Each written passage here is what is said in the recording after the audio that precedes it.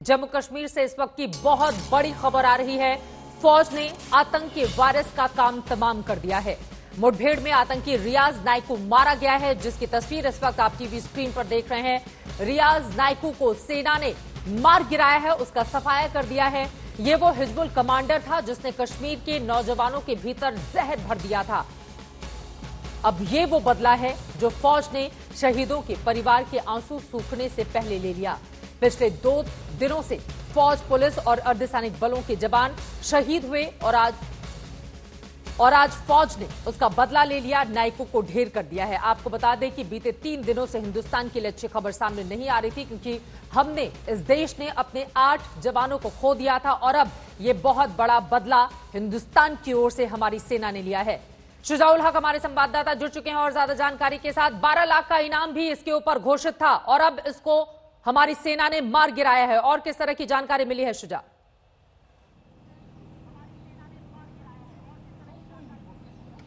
जी चित्रा, ये एनकाउंटर जो कल सुबह से ही शुरू हुआ था इस साउथ कश्मीर के इस इलाके में, फौज के हिसाब से और बाकी सुरक्षा बलों के हिसाब से एक स्पेसिफिक इंफॉर्मेशन थी रियाज नाइकू के होने की, और इसी वजह से एक कोऑर्डिनेटेड जॉइंट ऑपरेशन स्टार्ट किया गया, जिसमें आर्मी, पुलिस और सीआरपीएफ के जो एहलकार है वो मौजूद थे। और कल रात तक लगातार इस चीज़ की अटकलें लगाई जा रही थी कि रियाज नाइकू वहाँ पे है कि नहीं। पूरी रात ये इनकाउंटर चला और आज सुबह भी इस बात की पुष्टि नहीं हो पा रही थी कि रियाज नाइकू इस एनकाउंटर में है कि नहीं, लेकिन दोपहर में सुरक्षा बलों ने इस बात की कन्फर्मेशन की है कि रियाज नाइकू इस एनकाउंटर में मारा गया है। ना, रियाज नाइकू एक बहुत ही बड़ा हिजबुल मुजाहिदीन का कमांडर था और सबसे बड़ी बात कि इसका हाथ हिजबुल मुजाहिदीन ग्रुप को लगातार एकजुट करने में रहा है। मैं आपको बता दूं कि बुरहान वानी के मारे जाने के बाद 2016 में जब बुरहान वानी का जो इनकाउंटर हुआ था, उसके बाद बीच में ऐसा वक्त आया कि हिजबुल मुजाहिदीन में स्प्लिट हुआ था और एक अलग ही गुट वहाँ उसमें से निकला था, अंसार गज़वतुल हिंद के नाम से, और जाकिर मूसा उसका कमांडर निकला था। उस टाइम पे हिजबुल मुजाहिदीन एक बहुत बड़े खतरे में था। उस वक्त रियाज नाइकू ही सामने आया था और इस पूरे के पूरे संगठन को संभाले रखा। सो इसके मारे जाने के बाद हिजबुल मुजाहिदीन के लिए एक बहुत बड़ा एक सदमा है ये, और साथ ही साथ सुरक्षा बलों के लिए एक बहुत बड़ी कामयाबी, बहुत बड़ी कामयाबी सुरक्षा बलों के लिए, इस देश के लिए। बहुत शुक्रिया शुजाउल हक इस पूरी जानकारी के लिए। जाहिर तौर पर बुरहान वानी को मार गिराया गया और उसके बाद इस आतंकवादी का खात्मा अपने आप में बड़ी कामयाबी। जिस तरह से हमारे 8 जवानों की शहादत हुई है अब 24 घंटे के भीतर, यकीनन उसके लिहाज से ये एक बड़ी कामयाबी है। लेकिन ऑपरेशन आतंक को खत्म करने का सुरक्षा बलों की ओर से लगातार जारी है जम्मू कश्मीर में। उधर दिल्ली से भी बड़ी खबर, दिल्ली से कोरोना पर बुरी खबर सामने आ रही है। कोरोना से दिल्ली पुलिस में पहली मौत का मामला सामने आया है। भारत नगर थाने में तैनात कांस्टेबल अमित की मौत हो गई है। हालांकि मौत के बाद ये पता चल पाया कि वो कोरोना पॉजिटिव थे। अब सवाल यह है कि क्या मौत के पहले इस तरह की कोई जानकारी नहीं थी? हमारे संवाददाता इस वक्त अनुज मिश्रा फोन लाइन पर हमारे साथ जुड़ चुके हैं। अनुज, क्या उनकी मौत के बाद पता चला कि कोरोना वायरस से वो संक्रमित थे?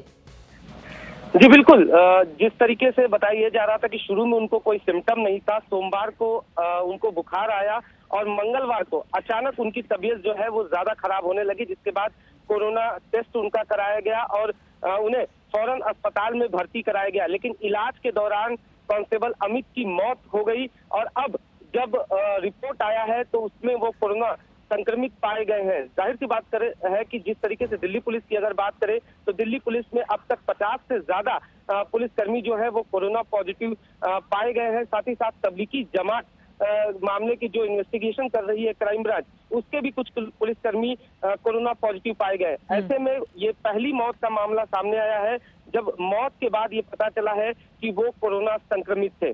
और ये अपने आप में चिंता वाली बात। बहुत शुक्रिया अनुज मिश्रा इस पूरी जानकारी के लिए। दिल्ली में कोरोना पर चिंता बढ़ाने वाली ये खबर सामने आई है दिल्ली पुलिस के जवानों को लेकर। यकीनन अब यहीं से कई तरह के सवाल, क्योंकि मौत के बाद ये पता चला कि दरअसल वो कोरोना संक्रमित थे, क्योंकि उनके भीतर कोरोना के कोई लक्षण इसके पहले नहीं देखे गए थे। उधर दिल्ली पुलिस के जवानों से लेकर पैरा मिलिट्री में कोरोना की घुसपैठ बढ़ती जा रही है। अब तक 378 लोग संक्रमित हो चुके हैं। बीएसएफ के एक साथ 85 लोगों के पॉजिटिव होने से हड़कंप मचा हुआ है। पहले से 69 बीएसएफ जवान संक्रमित थे। वहीं गृह मंत्रालय के कंट्रोल रूम में तैनात 2 सीआरपीएफ जवान पॉजिटिव निकले और अब सीआरपीएफ के 155 जवान संक्रमित हो चुके हैं। दिल्ली के सीजीओ कॉम्प्लेक्स में स्थित मुख्यालय 2 दिन से बंद था, अब जाकर उसे खोला गया है। सीआरपीएफ के कुल 155 कोरोना संक्रमितों में से 152 दिल्ली से, 2 जवान नोएडा और 1 जवान कश्मीर के कुपवाड़ा में संक्रमित हुआ है। पैरा मिलिट्री पर कोरोना का प्रकोप किस तरह से बरपा है, हम आपको लगातार यहां पर सीआरपीएफ, बीएसएफ, आईटीबीपी, सीआईएसएफ और एसएसबी के जवानों का वो आंकड़ा दिखा रहे हैं जो यकीनन चिंता बढ़ाने वाला है। इसको कंट्रोल कैसे किया जाए, ये अपने आप में बड़ी चुनौती इस वक्त देश के सामने बना हुआ है। जरा एक बार फिर से देखिए, सीआरपीएफ के 155 जवान संक्रमित, बीएसएफ के 154, आईटीबीपी के 21, सीआईएसएफ के 11 और एसएसबी के 13 जवान इस वक्त संक्रमित है, यानी 378 से ज्यादा संक्रमित होने का मामला पैरा मिलिट्री पर। और यकीनन कम से कम ये अच्छी खबर नहीं, इसको कंट्रोल कैसे किया जाए, कैसे रोका जाए, ये अपने आप में बहुत बड़ी चुनौती पैरा मिलिट्री फोर्सेस के लिए। और अब बात पश्चिम बंगाल की। बीते 24 घंटे में यहां कोरोना से मरने वालों की संख्या नाटकीय रूप से बढ़ी है। 4 मई तक यहां कोरोना से 35 लोगों की मौत हुई थी, लेकिन 5 मई यानी कल मरने वालों का आंकड़ा 133 तक जा पहुंचा।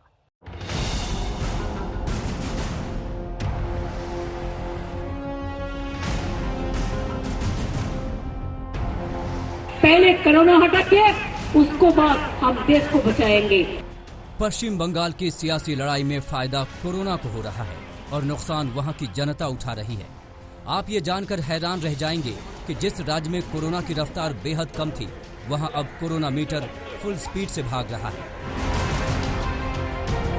देश के किसी भी राज्य की तुलना में कोरोना से मरने वालों की दर पश्चिम बंगाल में कहीं ज्यादा है। पश्चिम बंगाल से निकलने से पहले उस टीम ने राज्य के मुख्य सचिव राजीव सिन्हा को एक चिट्ठी लिखी, जिसमें राज्य में खराब इंतजाम को दिखाया गया है। उस चिट्ठी को टीम के मुखिया और भारत सरकार के विशेष सचिव अपूर्व चंद्रा ने लिखा है कि राज्य सरकार ने अलग अलग समय पर मरने वालों और कोरोना मरीजों का जो ब्यौरा दिया है, उनमें बहुत फर्क है। इस केंद्रीय टीम का कहना है कि राज्य में कोरोना की मृत्यु दर 12.8% है, जो किसी भी राज्य से ज्यादा है। ये अत्यधिक उच्च मृत्यु दर राज्य में बेहद कम टेस्टिंग होना और कोरोना मरीजों की निगरानी और ट्रैकिंग की कमजोर व्यवस्था के कारण है। यहाँ की मृत्यु दर सबसे ज्यादा है, दुनिया में सबसे ज्यादा। देश में 4-4.5% है, दुनिया में 6 से 7% है, यहाँ 13 से 14% है मृत्यु दर। क्यों? इसको छिपाया जा रहा है। कहाँ तो तय था कि कोरोना से लड़ेंगे और कहाँ आपस में लड़ बैठे। केंद्रीय टीम के आरोपों पर ममता के सांसद ने सीधे केंद्र पर हमला बोल दिया। Why should we hide? There is no question of hiding anything. Everything is being disclosed. Every inch is being disclosed before the common public. वैसे अगर पिछले 5 दिनों में प्रदेश का हाल देखें तो पश्चिम बंगाल से आंकड़े दहलाने वाले आ रहे हैं। 1 मई को कोरोना मरीजों की संख्या 623 थी और मरने वालों की 33। 2 मई को आंकड़े में कोई फर्क नहीं आया। 3 मई को मरीजों की संख्या 738 हो गई, लेकिन मरने वालों की संख्या 33 ही रही। 4 मई को मरीजों की संख्या बढ़कर 777 हुई और मरने वाले भी 2 और बढ़कर 35 हो गए। लेकिन 5 मई को जहां मरीजों की संख्या 908 हुई, वहीं मरने वालों की संख्या अचानक बढ़कर 133 हो गई। लेकिन राज्य में कोरोना के इस जानलेवा संक्रमण पर एक टीम की जगह काम करने की बजाय केंद्र और राज्यों की जोर आजमाइश जारी है। आज तक ब्यूरो। देश के बाद अब खबर दुनिया के देशों में कोरोना के कहर की कर लेते हैं। दुनिया का कोई भी ऐसा देश नहीं जो कोरोना वायरस की मार से बेहाल नहीं हो।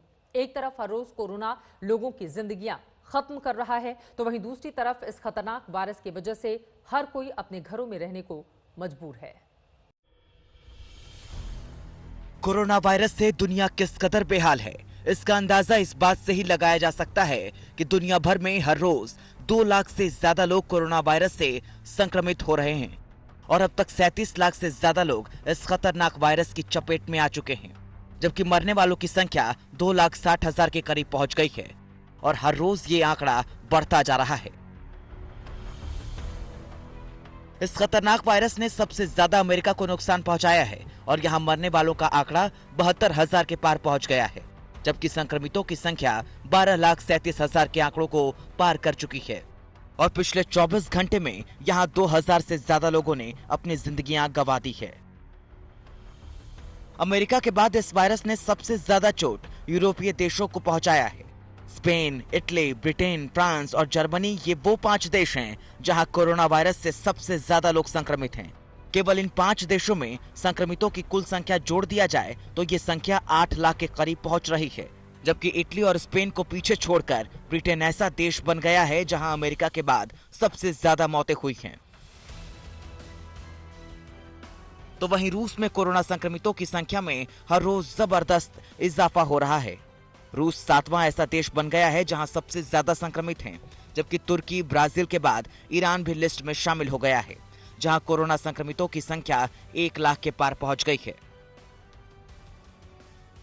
तो वहीं चीन भले ही इस बात का दावा कर रहा है कि उसने कोरोना वायरस पर पूरी तरह काबू पा लिया है, लेकिन वहां मंगलवार को 16 नए मामले दर्ज किए गए, जबकि चीन, कनाडा, पेरू और बेल्जियम के बाद भारत भी जल्द ही उस फहरिस्त में शामिल होगा जहां संक्रमितों की संख्या 50,000 के पार है। पूरी दुनिया एक तरफ कोरोना वायरस से जंग लड़ रही है, वहीं दूसरी तरफ कई देशों की सरकारों ने लॉकडाउन में छूट दे दी है या तो छूट देने की योजना बना रहे हैं। ऐसे में खतरा और बढ़ सकता है, क्योंकि WHO ने साफ कर दिया है कि जब तक कोरोना वायरस पर पूरी तरह काबू ना पा लिया जाए, लॉकडाउन में छूट खतरनाक साबित हो सकता है। आज तक ब्यूरो। आप देख रहे हैं आज तक, आपके साथ मैं हूं सईद अंसारी।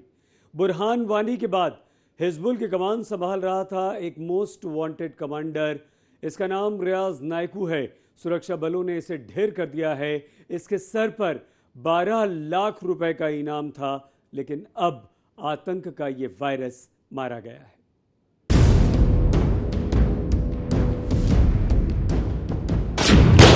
हिजबुल का टॉप कमांडर ढेर, A++ कैटेगरी का आतंकी मारा गया। 12 लाख के इनामी आतंकी रियाज नायकू को मौत की नींद सुला दी गई। कश्मीर घाटी में एनकाउंटर में सुरक्षा बलों को मिली बड़ी कामयाबी। रियाज नायकू हिजबुल मुजाहिदीन का चीफ कमांडर था पूरे जम्मू कश्मीर स्टेट के लिए, और ये मई 2012 से ये एक्टिव मिलिटेंट था और लास्ट 3 ईयर से HM का चीफ था। और इसको कल हम लोग मॉर्निंग में कल इसको फोन कर लिए थे, और आज जब सर्च शुरू हुआ था दोनों साइड से क्रॉस फायर की मारा गया है। सुरक्षा बलों के सीने में धधक रही थी आग, फौलादी बाहें फड़क रही थीं। भले ही इसका कनेक्शन हंदवाड़ा की घटना से सीधे सीधे नहीं था, लेकिन सुरक्षा बलों की आंखों में शहीद सेना के अधिकारियों और जवानों का चेहरा चमक रहा था। हंदवाड़ा की घटना को पाकिस्तान के पालतू आतंकी संगठन लश्कर ने अंजाम दिया था, लेकिन जब इस हिजबुल मुजाहिदीन के टॉप कमांडर रियाज नायकू के पुलवामा के बेगपुरा में छिपे होने की खबर मिली, तो दूसरे दिन मंगलवार रात 11 बजे ऑपरेशन शुरू हुआ और रात 12:45 पर आतंकियों से मुठभेड़ शुरू हो गई। पुलिस, सेना और CRPF की एक संयुक्त टीम ने आखिरकार मोस्ट वांटेड नायकू के साथ उसके एक साथी को भी बुधवार को मार गिराया। नायकू उसी जगह मारा गया जहां से उसने आतंक का गहरा सीखा था। जम्मू कश्मीर में हिजबुल मुजाहिदीन का प्रमुख कमांडर रियाज नायकू सेना और सुरक्षा बलों के साथ एक मुठभेड़ में मारा गया है। रियाज नायकू पर 12 लाख की राशि का इनाम था और वो जम्मू कश्मीर में हिजबुल मुजाहिदीन के लिए नंबर 1 कमांडर था। कई सालों से सुरक्षा बलों और पुलिस को रियाज नायकू की तलाश थी। बुरहान वानी के मारे जाने के बाद उन्हें हिजबुल मुजाहिदीन की कमान दी गई थी और लगातार वो लोगों के साथ सोशल मीडिया के जरिए संपर्क में रहते थे। श्रीनगर में बुरहान वानी की मौत के बाद आतंकी संगठन ने रियाज नायकू को अपना कमांडर बनाया था। बुरहान वानी के बाद यह घाटी में आतंक का नया पोस्टर बॉय बन गया था। पिछले साल इसने धमकी भरा ऑडियो जारी किया था। वीडियो में उसने घाटी में जेल स्टाफ पर हमले की धमकी भी दी थी। रियाज नायकू काफी दिनों से सुरक्षा बलों को चकमा दे रहा था। वो घाटी में युवाओं के बीच मजहब का जहर बो रहा था। युवाओं को हथियार उठाने के लिए भड़काने का काम करता था। 2012 से सुरक्षा बलों को इसकी तलाश थी। कश्मीर का मोस्ट वांटेड आतंकवादी हिजबुल का कमांडर रियाज नायकू मारा गया है। सुरक्षा बलों को लंबे समय से उसकी तलाश थी, लेकिन किसी न किसी तरीके से चकमा देकर वो चंपत हो जाया करता था। लेकिन आज उसे घेर कर मौत के घाट उतार दिया गया है। सवाल सुरक्षा बलों के सामने एक बड़ा है वो ये कि बुरहान वानी के बाद जिस तरीके से कश्मीर जल उठा था, इस बार वैसा कुछ न होने पाए। रियाज नाइकू का खात्मा हुआ है, लेकिन ये आतंक के खात्मे की शुरुआत होनी चाहिए। आतंकी रियाज नाइकू के मारे जाने के साथ ही इस साल अब तक करीब 65 आतंकियों को सुरक्षा बलों ने ढेर कर दिया है। अप्रैल के महीने में 28 आतंकियों के सीने में गोली दाग दी गई थी। बुरहान वानी हो या फिर रियाज नाइकू, सुरक्षा बलों के टारगेट से बचना मुश्किल है। जो आतंक की राह पर जाएगा वो रियाज नाइकू की तरह मारा जाएगा। दिल्ली से कमलजीत संधू, गौरव सावंत, जितेंद्र सिंह के साथ श्रीनगर से अशरफ वाणी, आज तक। हिजबुल का कमांडर रियाज नाइकू तो मारा गया, लेकिन अभी भी उन आतंकवादियों की तलाश है जिन्होंने सोमवार को हंदवाड़ा में सीआरपीएफ की पेट्रोलिंग टीम पर हमला किया था और हमारे 3 जवानों की जान ले ली थी। उनमें से एक शहीद अश्विनी कुमार यादव का अंतिम संस्कार उत्तर प्रदेश के गाजीपुर में उनके पैतृक गांव में किया गया।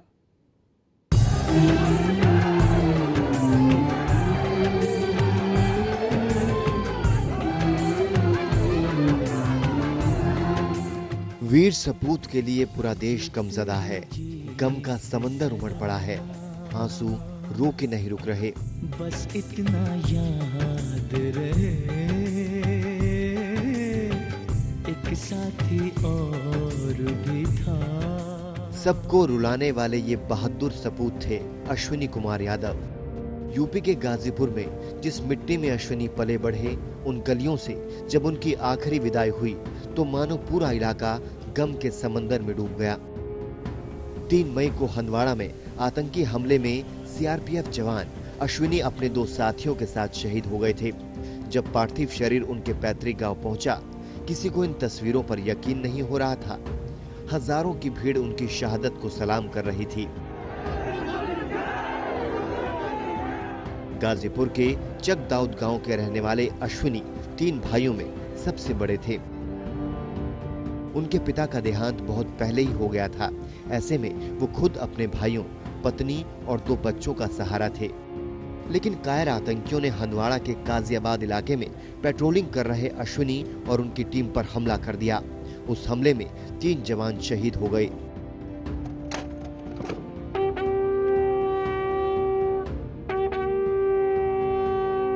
आतंकियों से लोहा लेने वाले इस शहीद का आज अंतिम संस्कार कर दिया गया।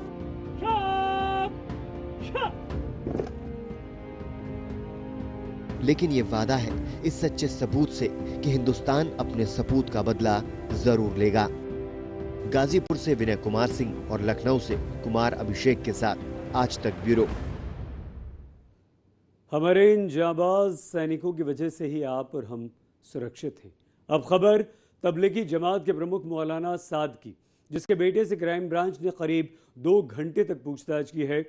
अधिकारियों ने सवाल जवाब में साद की जानकारी मांगी। मरकज की फंडिंग पर भी सवाल दाखे। बताया जा रहा है कि साद का बेटा हर बार गोलमोल जवाब देकर बचने की कोशिश करता रहा।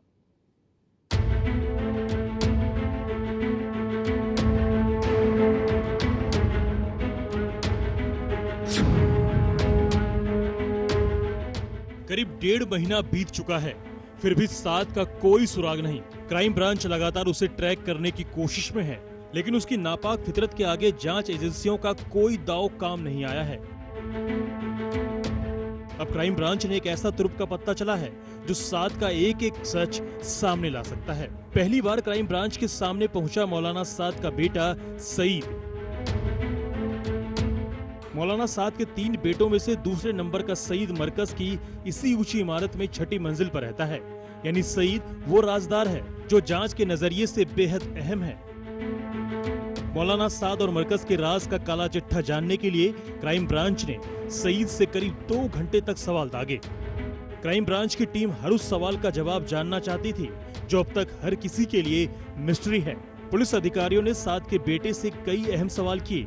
सूत्रों के हवाले से आज तक को मिली जानकारी के मुताबिक सईद से क्राइम ब्रांच ने पूछा, अभी तुम्हारे पिता मौलाना साद कहाँ हैं? मरकज के फाइनेंस का काम कौन देखता है? मरकज के खाते किन किन बैंकों में हैं? मरकज के तमाम बैंक अकाउंट के डिटेल बताओ। मरकज में कामकाज संभालने वाले लोग कौन कौन हैं?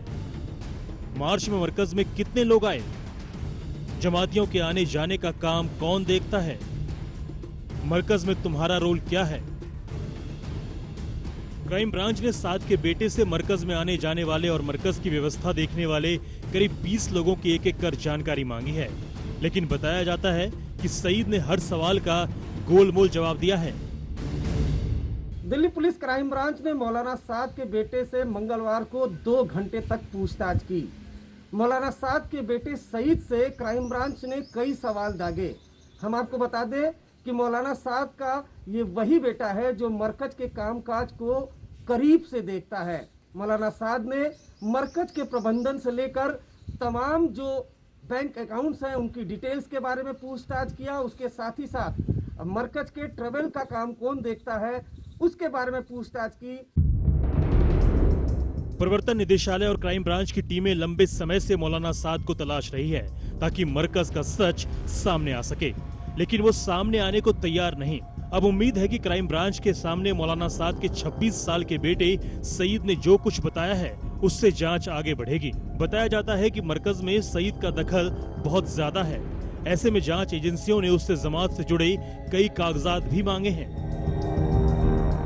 दिल्ली क्राइम ब्रांच की टीम मौलाना साद को अब तक 4 नोटिस भेज चुकी है, लेकिन वो हर सवालों का जवाब देने की बजाय आंख मिचौली खेलने में जुटा है। इससे नाराज क्राइम ब्रांच ने साद के बेटे को ताकीद की कि साद का सरकारी अस्पताल में कोरोना टेस्ट कराया जाए और उसकी रिपोर्ट सौंपी जाए। अनुज मिश्रा के साथ अरविंद ओझा, दिल्ली, आज तक। गुजरात के अहमदाबाद में हुआ है वायरस का विस्फोट, वो विस्फोट जिसकी जद में लाखों लोग हैं। वायरस का खतरा इतना बढ़ गया है कि रूपाणी सरकार को नई टीम बनानी पड़ी। अहमदाबाद से हमारी संवाददाता गोपी घांगर की ये एक्सक्लूसिव रिपोर्ट। साबरमती के किनारे बसे इस शहर को कोरोना का ग्रहण लग गया है। शहर में नाकेबंदी है, सरहद सील है, चप्पे चप्पे पर पहरा है, लेकिन कोरोना के अड्डे खत्म नहीं हो रहे हैं। अहमदाबाद के हालात बिगड़ते जा रहे हैं, जिसकी वजह से गुजरात में कोरोना के मरीजों की संख्या और मौत में जबरदस्त उछाल आया है। 24 घंटे में गुजरात में जहां 49 लोगों की मौत कोरोना की वजह से हुई है, उसमें से अकेले अहमदाबाद में 39 लोगों की मौत हुई है। कोरोना संक्रमण को लेकर अहमदाबाद ने देश भर में गुजरात को नंबर 2 पर पहुंचा दिया है और यही चिंता का सबब है।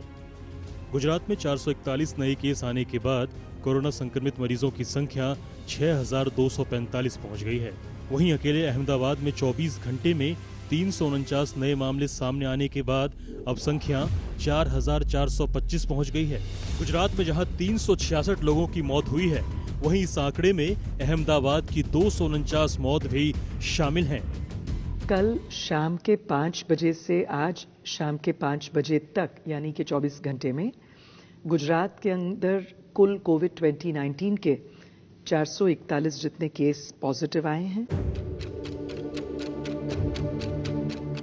अहमदाबाद में कोरोना संक्रमित मरीजों के ठीक होने की तादाद भी दूसरे शहरों की तुलना में काफी कम है। अहमदाबाद में रिकवरी रेट जहां 16.31% है, वहीं दिल्ली और मुंबई में रिकवरी रेट करीब 33% है। अहमदाबाद के जमालपुर इलाके में कोरोना के नए नए अड्डे बनते जा रहे हैं, जिनसे कोरोना को मारने का सारा प्लान फेल होता जा रहा है। अहमदाबाद में सबसे ज्यादा प्रभावित इलाका जमालपुर है, जहां अभी तक 728 केस सामने आ चुके हैं। जमालपुर में 79 लोगों की मौत हो चुकी है। इस इलाके में तबलीगी जमात की लापरवाही से कोरोना का संक्रमण फैला। आंकड़ों को बारीकी से देखें तो हैरान करने वाली बातें सामने आती हैं। दिल्ली में जितनी मौतें नहीं हुई उससे कहीं ज्यादा अहमदाबाद के जमालपुर में हुई हैं। कोरोना से यूपी में जितनी मौतें नहीं हुई उससे कहीं ज्यादा जमालपुर में हुई। यानी दिल्ली में 64 लोगों की जान गई, यूपी में 56 लोगों की जान गई। वहीं अकेले जमालपुर में अब तक कोरोना से 79 लोगों ने दम तोड़ा है। आखिर अहमदाबाद में अब तक क्यों नहीं थम रहे मौत के आंकड़े? क्यों नहीं कोरोना के अड्डे पर किए जा रहे हैं प्रहार? गुजरात की रूपाणी सरकार इसी बात से चिंतित है, लिहाजा राज्य सरकार ने कोरोना के खिलाफ जंग में नई टीम तैयार की है। अहमदाबाद के म्युनिसिपल कमिश्नर विजय नेहरा के 14 दिन क्वारंटीन जाने के बाद मुकेश कुमार को जिम्मेदारी सौंपी गई। वहीं अहमदाबाद की स्थिति को नियंत्रण में करने के लिए वरिष्ठ IAS अधिकारी राजीव गुप्ता को अहमदाबाद सिटी में कोरोना को कंट्रोल करने का जिम्मा सौंपा गया है, जबकि PM मोदी के करीबी रहे गुजरात सरकार के प्रिंसिपल सेक्रेटरी के कैलाशनाथन ने अहमदाबाद समेत पूरे गुजरात में कोरोना के खिलाफ मोर्चा संभाल लिया है। इस वक्त हम मौजूद है जमालपुर में और जमालपुर जो है वो पूरी तरीके से क्वारंटीन कर दिया गया है। दरअसल जमालपुर अकेला ऐसा इलाका है जहां पे 79 लोगों की मौत हुई है और ये मौत जो है वो दिल्ली और उत्तर प्रदेश दोनों राज्यों से ज्यादा अकेले जमालपुर इलाके में मौतें हुई है। इतना ही नहीं, अहमदाबाद में कोरोना की वजह से खराब होते हालात के लिए 6 IAS अधिकारी की एक कमेटी बनाई गई है जो 3 दिनों में रिपोर्ट सौंपेगी। अब सबकी निगाहें इसी कमेटी की रिपोर्ट पर है कि आखिर अहमदाबाद में कैसे आए इतने मामले और कैसे कोरोना के अड्डे ध्वस्त होंगे। अहमदाबाद से गोपी घांगर के साथ आज तक ब्यूरो।